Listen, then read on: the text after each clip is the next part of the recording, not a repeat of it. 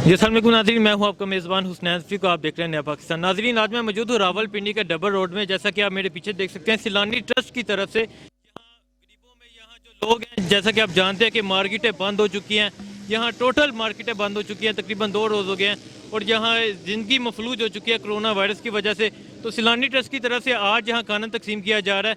ये एक बड़ा अच्छा इक़दाम है। तो मैं यहाँ जो मैनेजर है उनसे भी बात करूँगा, इनसे पूछूंगा कि आप ये आज आए हैं या कल भी आए थे, तो क्या रूटीन है। जैसा कि तकरीबन 14 रोज़ का उन्होंने लॉकडाउन का ऐलान किया है, तो क्या आप 14 रोज़ ये खाना इनमें डिस्ट्रीब्यूट करेंगे और क्या रूटीन है आपकी। और अस्सलाम वालेकुम।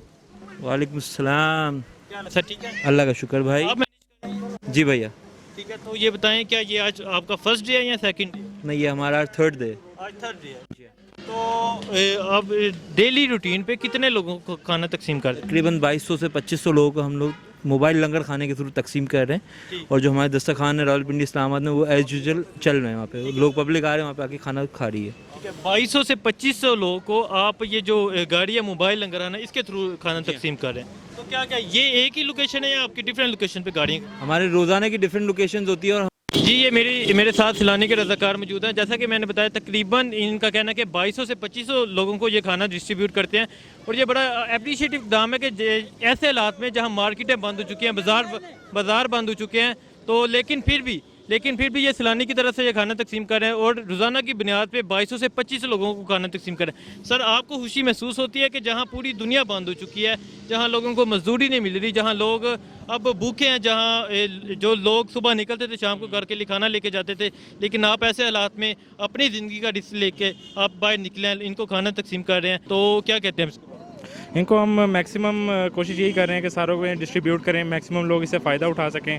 बाकी सेफ्टी प्रिकॉशंस अपनी जगह हमने ग्लव्स वगैरह और मास्क वगैरह वेयर किए हुए हैं और इनको सेफ डिस्टेंस पे खड़ा भी कर रहे हैं ताकि आपस में ये मेल जोल कम हो, ठीक है, और डिस्ट्रीब्यूट करें कि सारों में डिस्ट्रीब्यूट कर सकें। जैसा कि आपको पता है, कोरोना वायरस की वजह से सब मार्केटें बंद हो चुकी हैं, हालात जो है मुल्की हालात वो काफ़ी मफलूज हो चुके हैं। तो क्या समझते हैं ये एक बड़ा अच्छा इकदाम है, ये अप्रिशिएटिव है कि आप गरीबों में खाना तकसीम कर रहे हैं। वो लोग जो अभी मजदूरी नहीं जिन्हें मिल रही, जो खाना नहीं खरीद सकते, आप उन्हें खाना तकसीम करने जा रहे हैं, तो इसके बारे में क्या राय है? देखिए, सैलानी का जो मोटिव है वो 2 वक्त का खाना किसी भी हाल में हमने सर्व करना है, चाहे वो लॉकडाउन्स हो या लॉकडाउन्स नहीं हो। 14 दिन का जो लॉकडाउन है उसके अंदर कंटिन्यूसली आपको इसी तरह हमारे दस्तरखानों पे भी खाना मिलेगा इजीली। और जो हमारी मोबाइल वैन चल रही है डिफरेंट स्पॉट्स पे डिफरेंट डेज़ में, वहाँ पे भी हम इंशाल्लाह जाके सर्व करेंगे और इंशाल्लाह उम्मीद है इससे ज़्यादा सर्व करेंगे, क्योंकि अब लोग हमें कुछ कुक फूड भी ला के दे रहे हैं।